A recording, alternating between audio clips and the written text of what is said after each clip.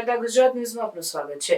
ખેડા જિલ્લાના ગળતેશ્વર તાલુકાના કુણી ગામે સરકાર દ્વારા ગ્રામ પંચાયતને ફાળવવામાં આવેલ ઈ-રિક્ષા હાલમાં ધૂળ ખાઈ રહી છે। ખેડા જિલ્લાના ગળતેશ્વર તાલુકાના કુણી ગામે સરકાર દ્વારા ગ્રામ પંચાયતને ફાળવવામાં આવેલ ઈ-રિક્ષા કે જે સ્વચ્છ ગ્રામ અંતર્ગત ફાળવવામાં આવેલ હતી, જે ઈ-રિક્ષા હાલમાં કુણી ગામમાં આવેલ મેન ચોકમાં ઈ-રિક્ષા ગ્રામ પંચાયતની બેદરકારીને લઈ ધૂળ ખાઈ રહી છે।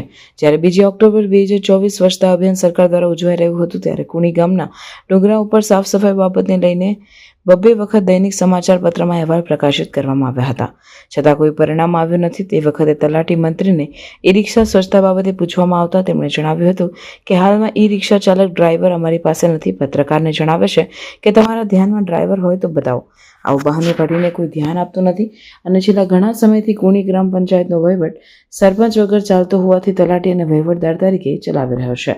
કુણી ગામે આવેલ ડુંગરા વિસ્તારમાં રોડ, રસ્તા અને સફાઈ તથા અનેક સમસ્યાઓનો ઉકેલ પંચાયત દ્વારા લેવામાં આવતો નથી। સરકાર તરફથી લાખોની કિંમતના સફાઈના સાધનો સાથે ઈ-રિક્ષા હાલમાં ધૂળ ખાઈ રહી છે, ત્યારે તલાટી અને વહીવટદારથી ચાલતી કુણી ગ્રામ પંચાયતનો વહીવટ ખાડે જઈ રહ્યો છે, તો નાગરિકોની અનેક સમસ્યાઓનો ઉકેલ ક્યારે આવશે તે જોઈ રહ્યું।